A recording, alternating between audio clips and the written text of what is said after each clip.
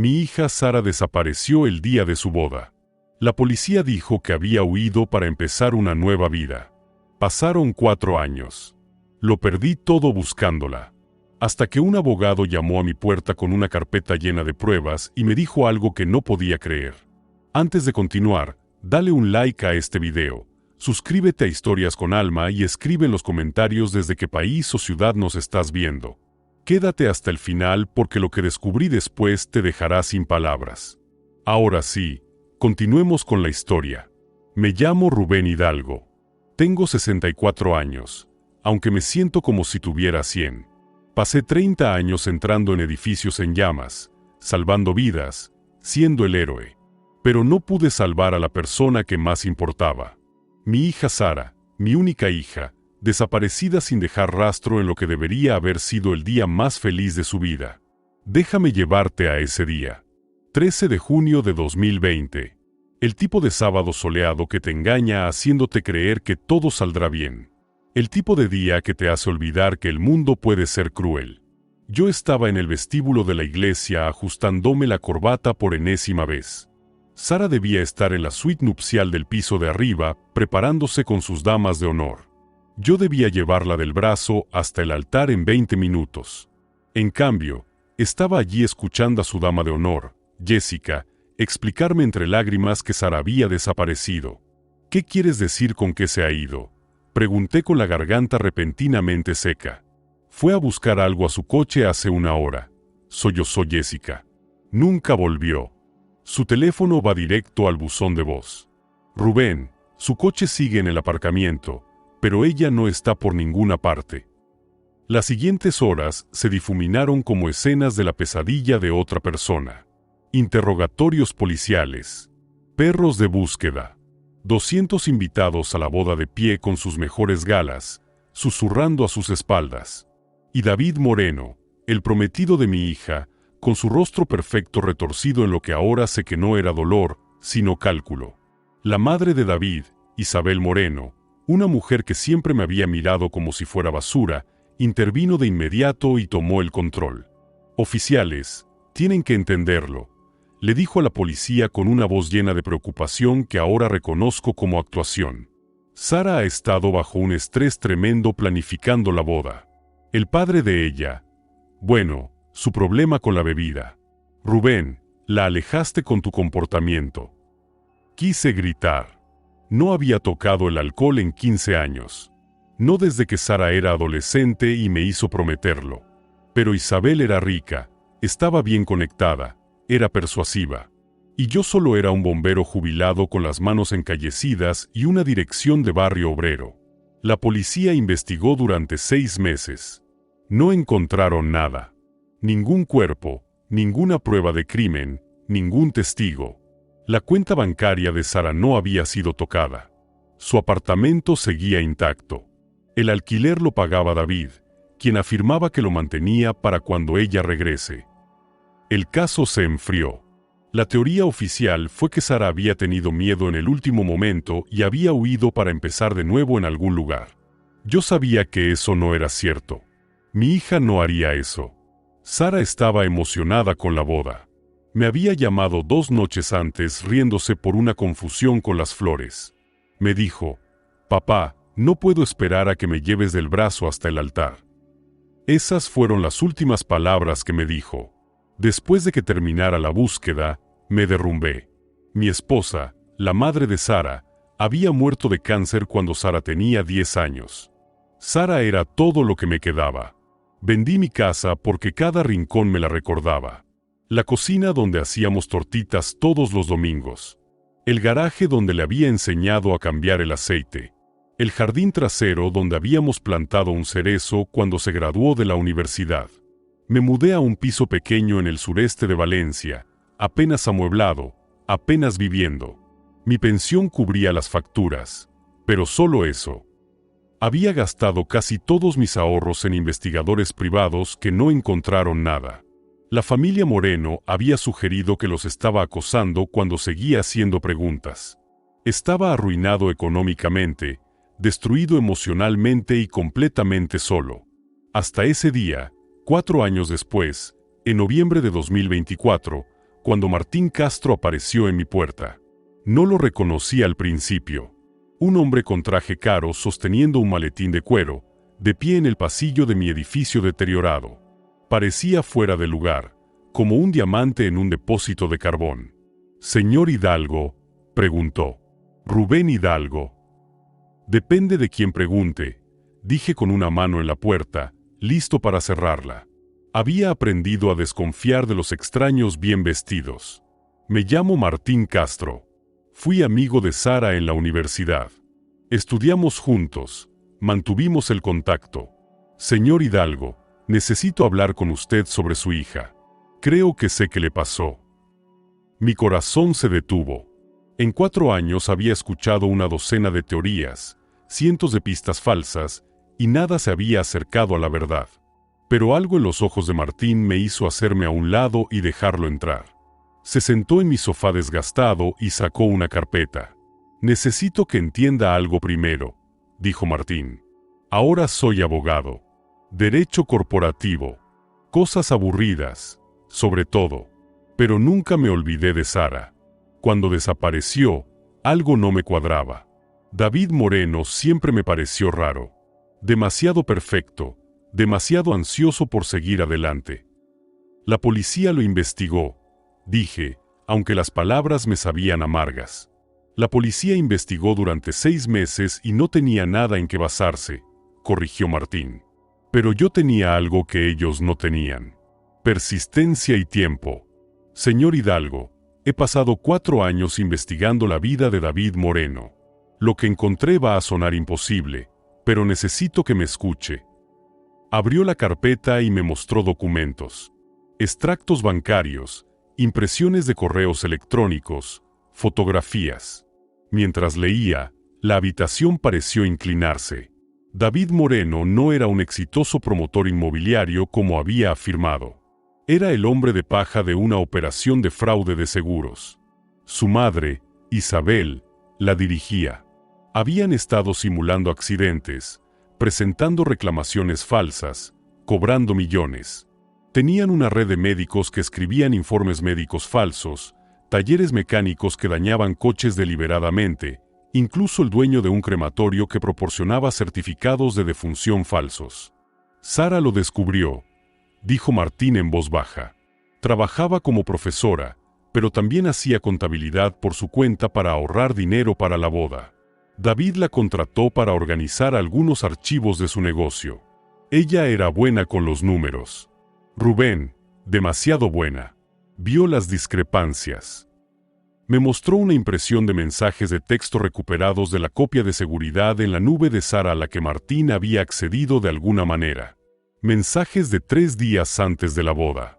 Sara, su compañera de piso de la universidad. Encontré algo en la oficina de David. Registros financieros que no tienen sentido. Reclamaciones por accidentes que nunca ocurrieron. Creo que David está metido en fraude. No sé qué hacer.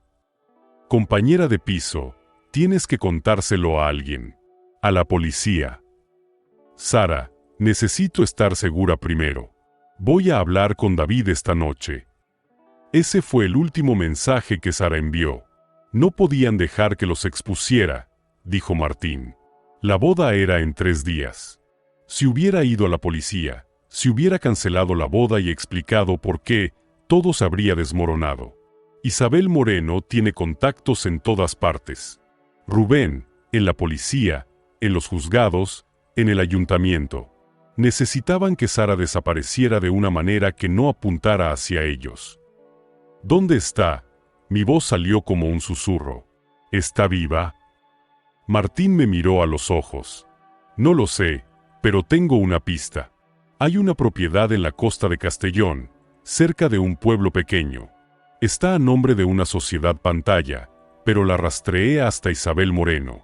Los impuestos sobre la propiedad están pagados. Los servicios están activos, pero nadie vive allí oficialmente. Rubén, creo que es donde la tienen.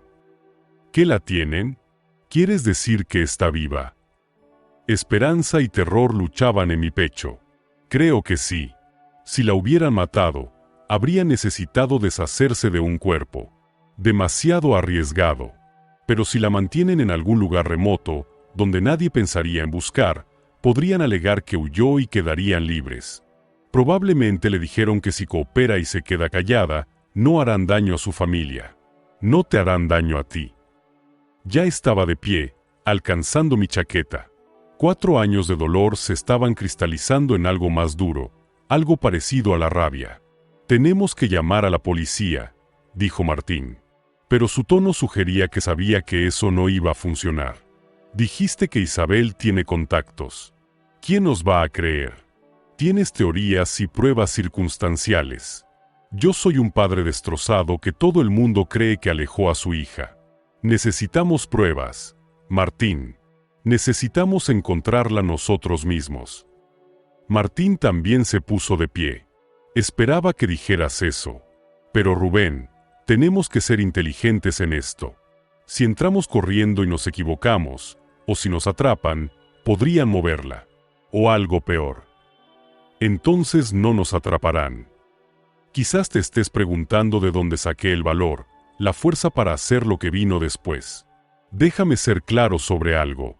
Tenía 64 años. Tenía una rodilla mala por un incendio en un almacén en 1998 y necesitaba gafas de lectura para ver el periódico. No era ningún héroe de acción. Era un bombero jubilado viviendo con una pensión en un piso de un dormitorio. Pero también era un padre que había pasado 4 años creyendo que su hija estaba muerta o se había ido para siempre. Y ahora tenía esperanza. Terrible, hermosa esperanza. El tipo de esperanza que te hace capaz de cosas que nunca pensaste posibles. Planificamos cuidadosamente. Martín usó sus recursos legales para conseguir registros sobre la propiedad de Castellón. Era un viejo almacén de procesamiento de pescado, convertido en lo que los registros llamaban almacenamiento. Estaba en una península, aislado, rodeado de agua por 3 lados. El lugar perfecto para mantener a alguien escondida. Primero necesitamos vigilarlo, dijo Martín. Estábamos sentados en su coche fuera de mi piso, la lluvia de Valencia golpeando el techo. No podemos simplemente entrar. Necesitamos saber si Sara realmente está allí, qué tipo de seguridad tienen, cuánta gente hay. Así que condujimos a la costa de Castellón. Nos llevó 2 horas por la carretera costera, pasando pueblos pequeños, hermosa costa mediterránea que no podía apreciar porque mis manos no dejaban de temblar. Martín tenía equipo en el maletero, prismáticos, una cámara con teleobjetivo. Había pensado en todo. Aparcamos a medio kilómetro y caminamos por el monte para conseguir un punto de observación. El almacén se veía gris y desgastado contra el cielo de noviembre, con olas rompiendo detrás de él. Había luces encendidas dentro, un coche aparcado fuera, un todoterreno negro con ventanas tintadas. Observamos durante 3 horas. A las 4 de la tarde, cuando la luz estaba cayendo, una puerta se abrió. Un hombre salió, de mediana edad, constitución robusta. Encendió un cigarrillo y se quedó allí fumando, mirando su teléfono. Luego llamó hacia adentro. Me voy al pueblo por provisiones. ¿Necesitas algo? Una voz de mujer respondió desde dentro, pero no pude distinguir las palabras. El hombre subió al todoterreno y se fue. Esta es nuestra oportunidad, dije. Un guardia, tal vez 2. Martín, puede que no tengamos otra oportunidad. Rubén, deberíamos llamar a la policía. Tenemos pruebas de que hay alguien ahí dentro. ¿Y si no es Sara? ¿Si es solo almacenamiento como dicen los registros? Pareceremos locos y la moverán si está aquí. Martín, por favor. Necesito saber. Me miró durante un largo momento. Luego asintió. De acuerdo, pero lo hacemos con inteligencia. Entramos y salimos. Solo reconocimiento. Si la encontramos, entonces llamamos a la policía. Esperamos hasta que oscureció. El almacén tenía algunas luces exteriores, pero el área alrededor estaba en sombras y hierba crecida. Nos acercamos por el lado del agua donde la maleza espesa nos daba cobertura. De cerca, pude ver que el edificio era más grande de lo que pensaba. 2 pisos, múltiples habitaciones, ventanas con rejas en el segundo piso. Ventanas con rejas. ¿Qué tipo de almacén necesita ventanas con rejas? Martín encontró una puerta en el lado este, vieja y desgastada. Sacó un juego de ganzúas. No preguntes, dijo cuando vio mi expresión. Tuve una vida diferente antes de la facultad de Derecho. La cerradura hizo clic al abrirse. Nos deslizamos adentro en la oscuridad. Saqué la linterna que Martín me había dado, manteniendo el haz bajo. Estábamos en un pasillo largo, suelos de cemento, el olor a sal y moho espeso en el aire. Las puertas bordeaban ambos lados, todas cerradas. Nos movimos en silencio, revisando cada habitación. Había almacenamiento, tal como decían los registros. Muebles viejos, cajas, nada sospechoso. Llegamos a una escalera y subimos al segundo piso. Fue entonces cuando lo oí. Un sonido que hizo que mi sangre se congelara y mi corazón se acelerara simultáneamente. Una tos. Humana. Femenina. Viniendo de una habitación al final del pasillo. Me moví hacia ella, Martín siseando detrás de mí que redujera la velocidad, pero no pude. La puerta era de metal pesado con un pestillo serio por fuera. Un pestillo que estaba cerrado. Sara, llamé a través de la puerta, con la voz quebrada. Sara, cariño, ¿eres tú? Hubo silencio. Luego, escuché una voz tan baja que casi la pierdo. ¿Papá? Mis manos temblaban tanto que apenas podía trabajar el pestillo. Martín tuvo que ayudarme. El cerrojo se deslizó hacia atrás y empujé la puerta para abrirla. La habitación era pequeña, tal vez 3 por 4 metros. Había un catre, una mesita pequeña, una silla. Una sola bombilla colgaba del techo. Y allí, de pie en medio de la habitación, delgada y pálida y mirándome como si fuera un fantasma, estaba mi hija, Sara. No pude decir nada más. Crucé la habitación y la abracé, y era real, sólida, viva. Estaba sollozando, y yo también. Y Martín decía algo sobre necesitar moverse, necesitar salir. Pero por solo un momento, no me importó nada excepto que estaba abrazando a mi hija después de 4 años de creer que nunca lo volvería a hacer. Papá, ¿cómo me encontraste? Sara lloraba, reía, sus manos agarrando mi chaqueta como si nunca fuera a soltar. Pensé que te dijeron que me había escapado. Pensé que me odiabas por irme. Nunca, dije, nunca, cariño. Sabía que no huirías. He estado buscándote. Hemos estado buscándote. Tenemos que irnos, dijo Martín con urgencia. Ahora, antes de que vuelva el guardia. Sara se apartó, sus ojos muy abiertos por el miedo. Espera, no entiendes. No es solo un guardia. La madre de David, Isabel. Tiene gente en todas partes. Si huimos, si nos atrapan, os matará a los dos. Me lo dijo. Me dijo que si alguna vez intentaba escapar, te haría daño, papá. Esa es la única razón por la que me quedé. ¿Cuántos guardias? Preguntó Martín. Normalmente 2. Frank se fue al pueblo. Pero hay otro abajo, Jerry. Está armado. Y papá, hay algo más que necesitas saber. Esto no es solo sobre esconderme. Están usando este lugar, el almacén. Es parte de su operación. Simulan accidentes aquí, guardan pruebas. Todo. Si expones que estoy aquí, expones todo. Isabel nos matará a todos antes que dejar que eso pase. El sonido de un motor de coche afuera nos hizo congelarnos a todos. A través de la ventana con rejas, pude ver faros barriendo el área de aparcamiento. Es Frank, susurró Sara. Ha vuelto pronto. Estábamos atrapados. Segundo piso de un almacén, una salida que conocíamos, y guardias armados que no dudarían en matarnos a todos para proteger el imperio de Isabel Moreno. Había sobrevivido 30 años como bombero, sacado gente de edificios en colapso, corrido a través de paredes de llamas, pero nunca había tenido tanto miedo como en ese momento. El teléfono de Martín vibró. Lo miró y su cara se puso pálida. Tenemos un problema mayor. Configuré una alerta para el nombre de David Moreno. Rubén, hay un informe del escáner policial. David acaba de denunciar un allanamiento en una de sus propiedades en Castellón. Está alegando intrusos, posiblemente armados. La policía está en camino. Sabe que estamos aquí, dije. Isabel debe tener a alguien vigilando la propiedad. Nos están tendiendo una trampa. Pareceremos criminales. Sara alegará que la secuestramos porque han tenido 4 años para quebrantarla, y todos acabaremos en prisión mientras ellos quedan libres. Entonces necesitamos pruebas, dijo Martín. Ya se estaba moviendo, sacando su teléfono. Sara, ¿dónde guardan los archivos? ¿Los registros de la operación de fraude? Abajo. Oficina en la parte de atrás. Pero Jerry está allí abajo. ¿Puedes llegar a la oficina sin que Jerry te vea?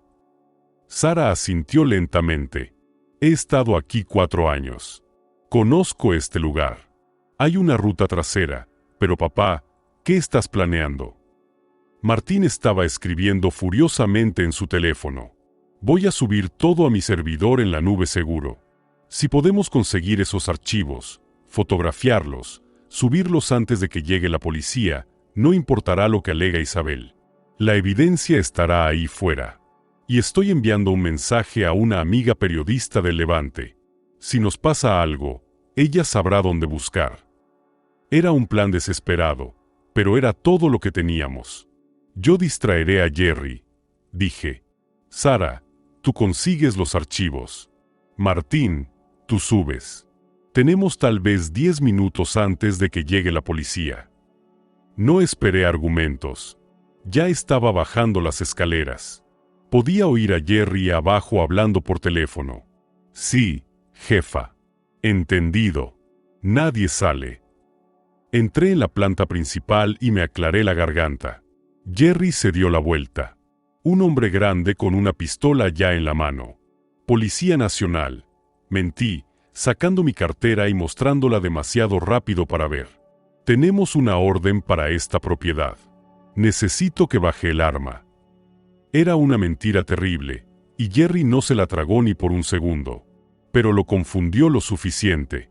Dudó, entornando los ojos en la luz tenue. No eres policía. Eres el padre de esa chica. Isabel dijo que podrías aparecer.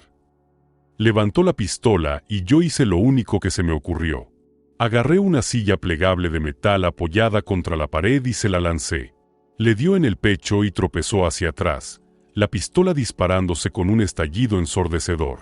La bala se desvió, golpeando la pared en algún lugar detrás de mí. Me lancé contra él. 64 años con una rodilla mala. Pero 30 años de formación de bombero no desaparecen. Lo golpeé bajo, metiendo mi hombro en su estómago, y ambos caímos al suelo. La pistola resbaló por el suelo. Luchamos como animales. Él era más joven, más grande, pero yo estaba luchando por mi hija. Conseguí rodear mi brazo alrededor de su garganta. Le hice una llave de estrangulamiento que había aprendido en la formación de la academia décadas atrás. Se retorció y me arañó, pero aguanté, hasta que finalmente se quedó sin fuerzas. No lo maté. Podía sentir su pulso, pero estaría inconsciente un buen rato. Sara apareció de la oficina trasera. Llevaba los brazos cargados de carpetas y un disco duro externo. Tengo todo. 4 años de registros. Martín ya estaba fotografiando páginas, sus dedos volando por la pantalla de su teléfono. Casi he terminado. Solo necesito 2 minutos más. Fue entonces cuando escuchamos las sirenas afuera. Múltiples vehículos. La policía había llegado. Por la parte de atrás, dijo Sara. Hay un muelle. Da al agua. Si podemos llegar al monte. La puerta principal se estrelló abierta. Policía. Identifíquense. Corrimos por el pasillo trasero, Sara guiando, Martín todavía subiendo archivos mientras corría. Salimos a un muelle de madera que se extendía sobre el agua. La lluvia había empezado de nuevo, una fría lluvia de noviembre que se sentía como agujas contra mi piel. Detrás de nosotros, linternas, gritos, ¡alto! ¡Policía! Llegamos al final del muelle y miré hacia abajo. Agua oscura, al menos una caída de 5 metros. No sabía nadar bien. Nunca pude. Uno de esos miedos irracionales que había llevado toda mi vida. «Papá, tenemos que saltar», dijo Sara. Miré a mi hija. La había perdido una vez. No iba a perderla de nuevo. Salté. El agua estaba tan fría que se sentía como ser electrocutado. Me hundí, el peso de mi ropa arrastrándome hacia abajo. No podía ver, no podía respirar, y por un momento pensé que este era el final. 4 años buscando a mi hija, encontrándola, solo para ahogarme en la costa de Castellón. Entonces unas manos me agarraron. Sara por un lado, Martín por el otro, tirando de mí hacia arriba. Salimos a la superficie, jadeando. La policía estaba en el muelle encima de nosotros, pero no estaban disparando. Estaban confundidos, tratando de averiguar qué estaba pasando. Nadamos hacia la orilla. O más bien, Sara y Martín me arrastraron mientras yo intentaba no ahogarme. Llegamos a la playa rocosa y nos derrumbamos, tosiendo agua salada. Subida terminada, jadeó Martín, sosteniendo su teléfono. Todo está en mi servidor. La periodista ha sido notificada. Rubén, lo hicimos. Pero todavía no estábamos a salvo. La policía estaba rodeando el edificio, haces de linterna cortando la lluvia. Corrimos hacia el monte, empapados, congelados, pero juntos. Llegamos al coche de Martín. De alguna manera, condujo, con la calefacción a tope, mientras Sara y yo nos sentábamos atrás, abrazados. Ella me contó todo. Como David la había confrontado cuando ella preguntó por los archivos. Como Isabel había decidido que no podían arriesgarse a que fuera a la policía. Como la drogaron en el lugar de la boda, le dijeron a todos que había huido, y la mantuvieron en ese almacén durante 4 años. Me dijeron que estabas mejor sin mí, sollozó Sara. Me mostraron artículos de periódico falsos sobre ti siguiendo adelante, saliendo con alguien nuevo. Dijeron que si escapaba, te incriminarían por mi secuestro. Me quedé porque pensé que te estaba protegiendo. Me estabas protegiendo, dije, pero nunca tuviste que hacerlo. Habría quemado el mundo entero para encontrarte. Martín nos llevó a Valencia, a la comisaría de policía del centro. Entramos, todavía goteando, y pedimos hablar con la división de detectives. Un joven agente intentó echarnos hasta que Martín dejó caer una carpeta en el mostrador. Me llamo Martín Castro. Soy abogado. Este es Rubén Hidalgo y su hija Sara Hidalgo. Sara fue denunciada como desaparecida hace 4 años. Fue secuestrada y mantenida prisionera por David Moreno e Isabel Moreno como parte de una conspiración de fraude de seguros. Tenemos pruebas. Todas. Y van a querer ver esto antes de que la policía de Castellón termine de procesar la escena de la que acabamos de venir. Nos llevó 6 horas contar toda la historia. Detectives, agentes de la Brigada de Policía Judicial, fiscales. Querían cada detalle. Las pruebas de Martín eran sólidas. 4 años de fraude documentados en los propios archivos de Isabel Moreno. Reclamaciones de seguros por millones. Accidentes simulados. Funcionarios sobornados. Y en el centro de todo, mi hija mantenida prisionera porque había descubierto la verdad. Por la mañana, habían comenzado los arrestos. David Moreno fue detenido en su piso de lujo. Isabel Moreno intentó huir, pero la atraparon en el aeropuerto.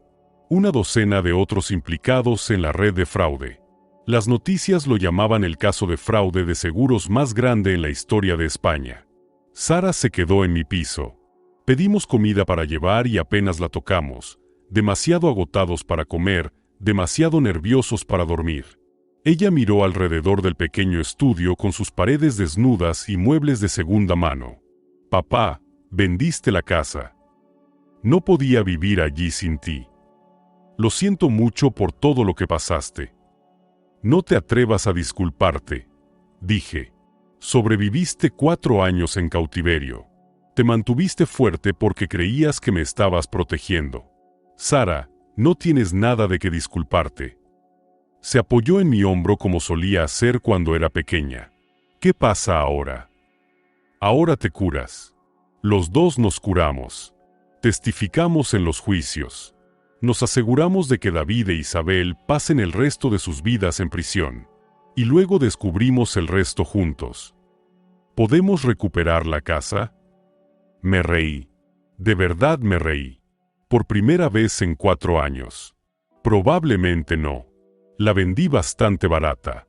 Pero podemos encontrar una nueva. Una con jardín para un cerezo. Los juicios duraron meses. David Moreno recibió 25 años por secuestro, conspiración y fraude. Isabel Moreno recibió 30. Docenas de otros en su red fueron a prisión. Las compañías de seguros a las que defraudaron demandaron por millones. Todo lo que los Moreno habían construido se derrumbó. Sara comenzó terapia. Yo también. Ambos teníamos un largo camino por delante. Ella había perdido 4 años de su vida. Yo había perdido 4 años creyendo que se había ido. Pero nos teníamos el uno al otro. Y a Martín, que se había convertido en familia a través de todo esto. Dejó el derecho corporativo para trabajar con la Brigada de Policía Judicial en casos de fraude. Dijo que Sara le había mostrado lo que realmente importaba. Aproximadamente un año después de esa noche de noviembre, Sara y yo compramos una casa. Nada lujoso, solo un pequeño lugar en el noreste de Valencia con jardín. Plantamos un cerezo juntos. Ella volvió a la enseñanza, aunque le llevó tiempo recuperar su confianza. Yo comencé a hacer voluntariado en el parque de bomberos, entrenando a nuevos reclutas, encontrando propósito de nuevo. Ahora tengo 65 años. Sara tiene 33. Cenamos juntos 2 veces a la semana, y me llama todos los días. Algunos de mis viejos compañeros bomberos me preguntan cómo lo hice, cómo nunca me rendí, cómo la encontré cuando todos los demás habían dejado de buscar. La verdad es más simple de lo que piensan. No soy un héroe. Solo soy un padre que amaba a su hija. Y a veces el amor es más fuerte que cualquier conspiración, cualquier crimen, cualquier cantidad de dinero o poder. A veces el amor es suficiente para atravesar 4 años de oscuridad y traer a alguien a casa. Pienso en esa noche en el almacén a menudo. El miedo, la desesperación, el momento en que vi la cara de Sara después de tanto tiempo. Pienso en el agua fría del mar y lo seguro que estaba de que me ahogaría. Pero también pienso en lo que vino después. La sanación, la justicia, la segunda oportunidad que recibimos que tan poca gente recibe. La madre de David le dijo una vez a la policía que yo no era más que un bombero acabado con delirios. Se equivocó en una cosa. No estaba acabado. Era un padre. Y no hay fuerza en la tierra más fuerte que eso. Si no recuerdas nada más de mi historia, recuerda esto. Nunca te rindas con la gente que amas.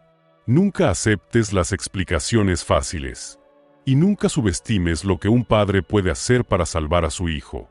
Porque al final, ese amor fue lo que ganó. No el dinero, ni el poder, ni los contactos. Solo el amor. Y fue suficiente. Gracias por acompañarme hasta el final. Si disfrutaste de esta historia, regálame un like y suscríbete a Historias con Alma para más relatos como este. Ahora dime, ¿hasta dónde llegarías para encontrar a alguien que amas? ¿Has tenido que luchar contra un sistema que no te creía? Cuéntamelo en los comentarios. Nos vemos en la próxima historia.